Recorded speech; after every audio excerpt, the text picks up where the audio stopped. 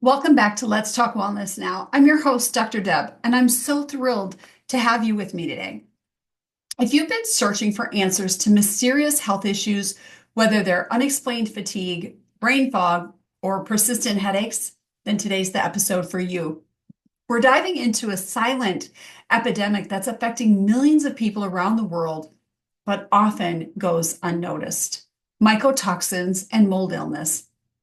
These sneaky little saboteurs can hide in your home, your workplace, and even your body, silently undermining your health in ways you might never have imagined. At Serenity Healthcare Center, we specialize in uncovering these hidden causes of chronic disease. And today I'm bringing that expertise directly to you. We'll explore what mycotoxins are, how they wreak havoc on your body, and especially your brain, and most importantly, what you can do to heal. So stick around to the end of this episode because I'll share a powerful case study that shows just how life-changing it can be to uncover and treat mold illness. Plus, I'll give you actionable tips to protect yourself and your loved ones. So grab a cup of tea, get cozy, and let's talk wellness now. So, what are mycotoxins and why, honestly, should we care about them? Let's start with the basics. Mycotoxins are toxic chemicals produced by certain types of mold. These aren't just molds you see growing on food or in damp corners of your bathroom. These are microscopic airborne particles that can infiltrate your home, your body, and even your brain. Now, mycotoxins have no odor to them. So oftentimes you have no clue that they're even present. Molds like Aspergillus and Stachybotrys, commonly known as black mold, and Penicillium produce these toxins. And when you inhale, ingest, or even touch them, they can cause serious health problems. And the scary part, you don't need to see the mold to be affected by it. I remember when I was suffering with mycotoxin illness a few years ago, I was doing some gardening and I was pulling weeds and I didn't have any problems ever in the garden. And all of a sudden, I broke out in hives and I couldn't understand what was happening because I knew I didn't get exposed to anything that I was allergic to. But it was every time I went outside to garden, I would break out in hives. And it didn't matter if I had long sleeves on, it didn't matter if I had gloves on. I would be covered in hives within about 30 minutes of gardening. And I really thought my gardening days were over. But it was when I found out that I was colonized in the nasal passages with mold that I learned that was what was causing my reaction to being in the garden. It wasn't that I was allergic to something, it was the mold that was there that I was disrupting, that was creating a histamine response in my body and causing me to have this allergic response, or at least what seemed like an allergic response. And these hives would last for weeks and they were so itchy. Oh my gosh, I remember how terrible they were. And there was nothing I could do. Benadryl, hydrocortisone cream, none of it worked. None of the oral stuff worked. Even prednisone really didn't touch it. And it was so intense.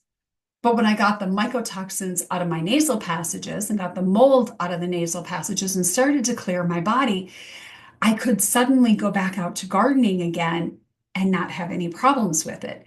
So it is a huge response, and it is part of what triggers mast cell activation syndrome for people, or what we call MCAS, which is a histamine reaction. So anyway, I digress. But why should you care about mold or mycotoxin illness? Well, mycotoxins are linked to some of the most debilitating health issues, neurological conditions like brain fog, migraines, depression, and unfortunately, even neurodegenerative diseases like Alzheimer's, Parkinson's, MS. They can all cause hormonal imbalances, chronic fatigue, and immune system dysfunction. It's not uncommon for us to see people who are sick with mycotoxin illness have hormonal disruptions where their estrogen levels and progesterone levels are falling well before menopause, where men have testosterone levels that look like 80-year-olds and they're only 30 or 40, This can become a real problem when you're young and you're losing your hormones at such an early age, because that loss of hormones can add to other illnesses down the road, like osteoporosis and more cognitive issues. We know that there's a decline of hormones from traumatic brain injury that can lead to early onset menopause, which can also then lead to triggering neurological diseases. And if traumatic brain injury does this, well, mycotoxin illness or mold illness is just a non-traumatic brain injury. And this is very well documented and known in the literature that these things can create many, many complications. Now, have you ever felt like your health was on a roller coaster? Like no matter what you do, you can't get better. Well, mycotoxins might be the hidden culprit, because mold isn't just a nuisance, it's a silent saboteur, quietly undermining your health. Now, here's where it really gets fascinating and honestly frightening. Mycotoxins don't just make you sneeze or give you a rash like they did in my condition. They cross the blood-brain barrier and attack your nervous system. And when mycotoxins reach the brain, they can cause inflammation in the brain, which disrupts the way the neurons communicate, leading to brain fog, memory issues, and difficulty concentrating. They damage our neurotransmitters. These are the chemical messengers in your brain responsible for mood, energy, and focus. If you want to learn more about this, go back and check out our episode that we did on neurotransmitters. Mycotoxins can disrupt dopamine and serotonin, contributing to depression and anxiety. They mimic other diseases. These mycotoxins are really sneaky, and they can create symptoms that look like multiple sclerosis, fibromyalgia, and even chronic fatigue syndrome, making it incredibly hard to be diagnosed properly. One of the most understood effects of mycotoxins is their impact on the pituitary gland, a small but mighty gland in your brain that controls all of your hormones. When this gland is compromised, you might experience unexplained weight gain, fatigue, and even fertility issues.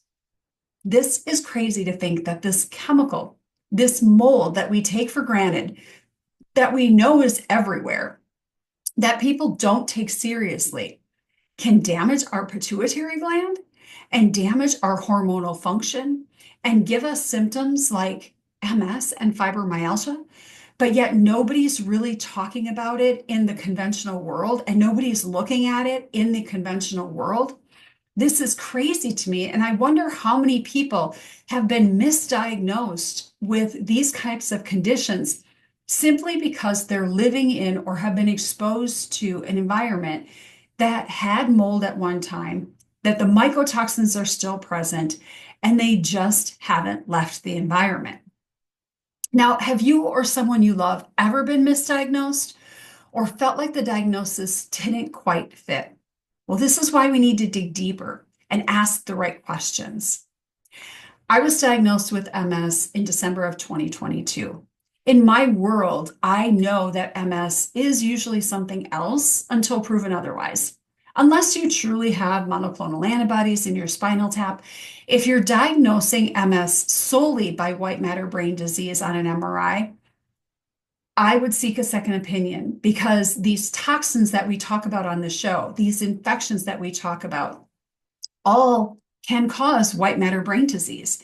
They can all cause symptoms that mimic MS, Parkinson's disease, fibromyalgia, chronic fatigue syndrome. All of these things could be explained potentially, and you could get better without having to take drugs that you really don't want, that you really can't afford. And if we get to the root cause, we can make things better for you. Now, sometimes the answer isn't in a pill. It's in the air you breathe and the environment around you. Now, let me share my personal story. Years ago, my husband Dennis and I decided to remodel this quaint little riverside cottage. It was the dream project until we discovered the mold in the house. There was a roof leak. There was black mold in a closet. There was a foundation leak. There was mold in a bedroom and the bathroom. So we decided to tackle the remediation ourselves. And after 6 grueling months of work, I started to notice some really strange symptoms. My energy was gone. I couldn't sleep. I was constantly irritable. But the most alarming change was the rapid weight gain for me. I gained 25 pounds in just 2 months. For someone who has always been able to eat whatever I want without gaining an ounce, this was shocking. Now I know, don't be mad at me. I can't help it. I had really good genes at one time for this. But this weight gain happened around the time we started to remediate this home. And as a practitioner, I immediately suspected mold toxicity. I ran tests and discovered my gliotoxin levels were 3 times the normal limit. Gliotoxin is a mycotoxin that specifically targets the pituitary gland, which explained a lot of my symptoms. This experience taught me that mold illness doesn't just affect the body, it impacts the mind, the emotions, and even your sense of self. Now, I had worked in another building many years before that that was moldy. And I was there for 10 years and I knew the building had mold. I could smell it. And I would get sick every time I would go in the building. And I had talked to my partners. They didn't want to remediate. They didn't want to do what was necessary. And hence, I moved out of that building and started my own practice because I needed to be safe in my world. That was 10 years prior to me testing positive for gliotoxin. Fast forward to December of 2022, when I'm now diagnosed with MS, and I'm looking back at all of the instances that could have triggered my MS. I had gliotoxin in my brain. I had Lyme disease before. I know that I had COVID 6 months before I started to get these symptoms. All of these things made sense to me. What I didn't know was I was colonized in my nasal passages with mold. I had one of the largest fungal balls in my nose that my doctor had ever removed, and he named him Earl. So that is my fourth child that I say. And once that was removed, it was incredible how quickly I started to feel better, how quickly my symptoms started to reverse. And I no longer had symptoms of MS. And I remember my ENT saying to me, Deb, you don't have MS. You're colonized in your nasal passages. Your mycotoxins are in your pituitary. They're in your brain, and you need to get those out, and your symptoms will reverse. Well, I was thrilled by that, a little skeptical, but very, very thrilled. And today, as I sit here before you in 2025, my MS symptoms are completely under control. And the white matter brain disease that I had at one point is completely reversed.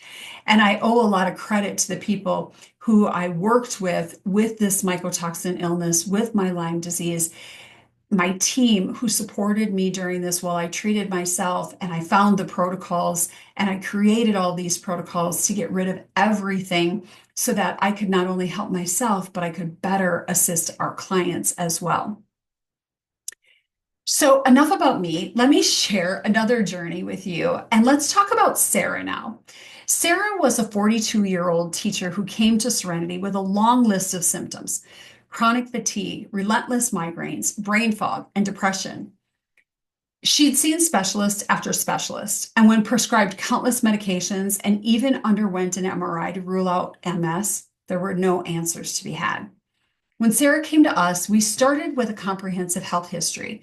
She mentioned a musty smell in her basement after a flood, which immediately raised a red flag for us.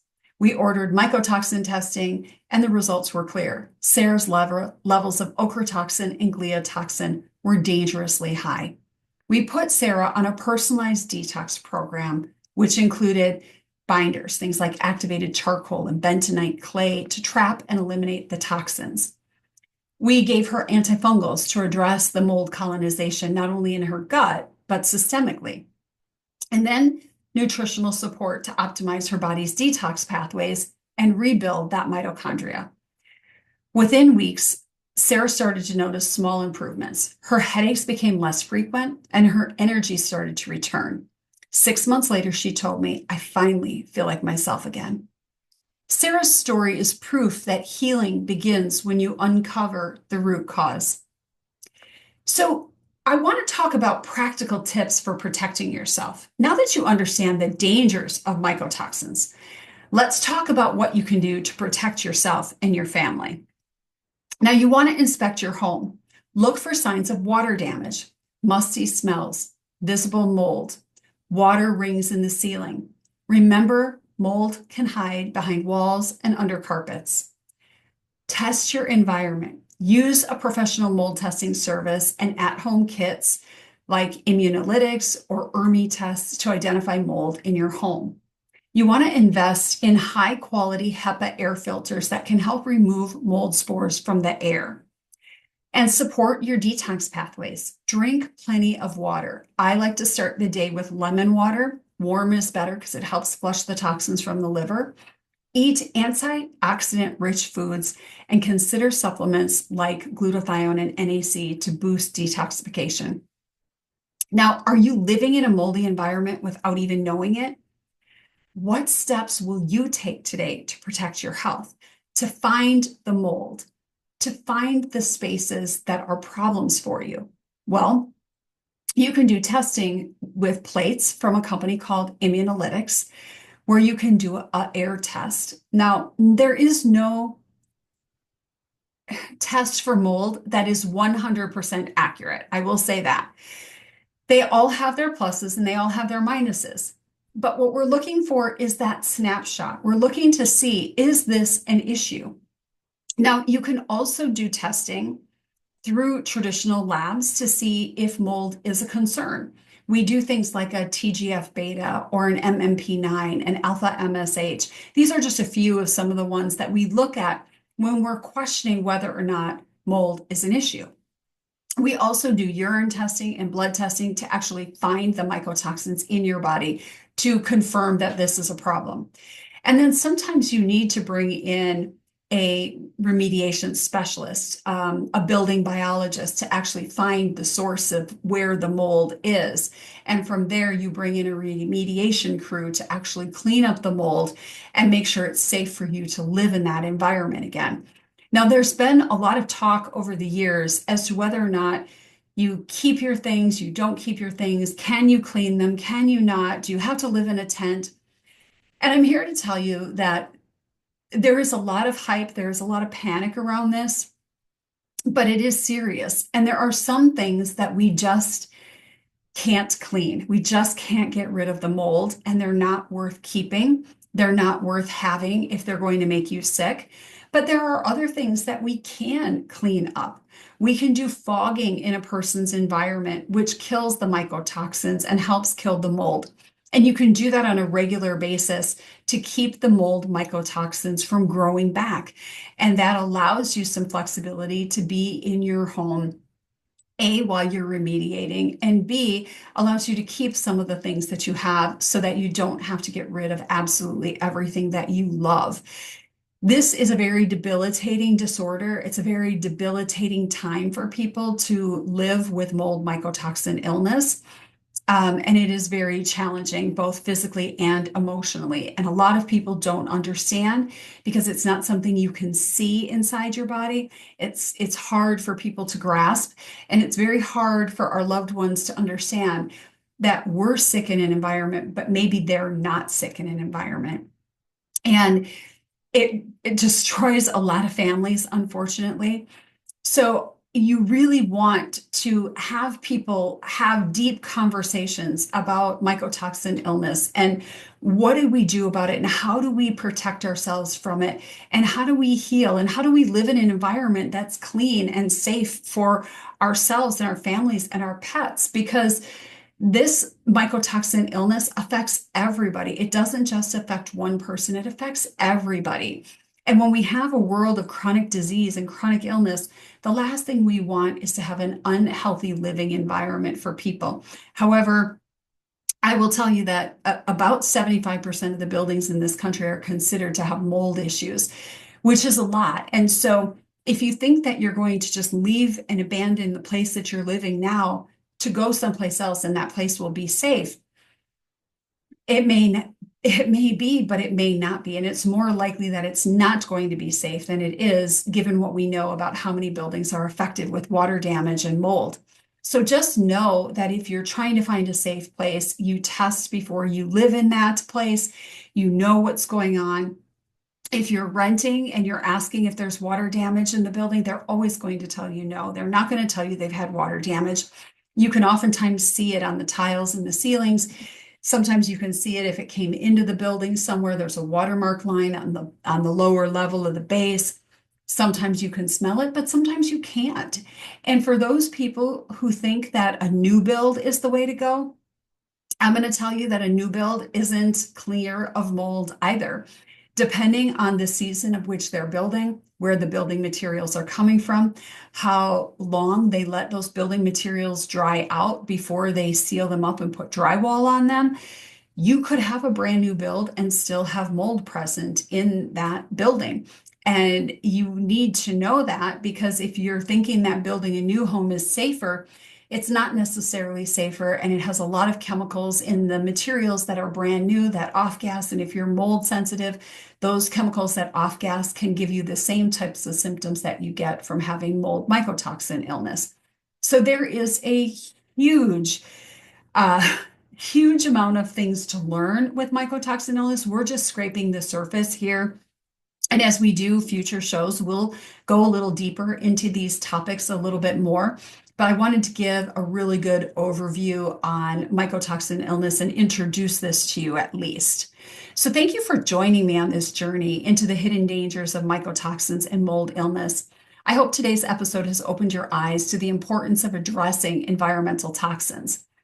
Remember, healing is possible, but it starts with asking the right questions and uncovering the root cause. If you found this episode valuable, please take a moment to like, subscribe, and share it with someone who might benefit. At Serenity Healthcare Center, my team and I specialize in helping people just like you overcome chronic illness and reclaim their health. Visit us online at serenityhealthcarecenter.com to learn more. Until next time, live well, be well, and let's talk wellness now. Thank you for listening to the podcast. Let's Talk Wellness Now brings expert insights directly to you. Please note that the views and information shared by our guests are their own and do not necessarily reflect those of Let's Talk Wellness Now, its management, or our partners. Each affiliate, sponsor, and partner is an independent entity with its own perspectives. Today's content is provided for informational and educational purposes only and should not be considered specific advice, whether financial, medical, or legal. While we strive to present accurate and useful information, we cannot guarantee its completeness or relevance to your unique circumstances. We encourage you to consult with a qualified professional to address your individual needs. Your use of information from this broadcast is entirely at your own risk. By continuing to listen, you agree to indemnify and hold Let's Talk Wellness Now and its associates harmless from any claims or damages arising from the use of this content. We may update this disclaimer at any time, and changes will take effect immediately upon posting or broadcasts. Thank you for tuning in. We hope you find this episode both insightful and thought-provoking. Listener discretion is advised.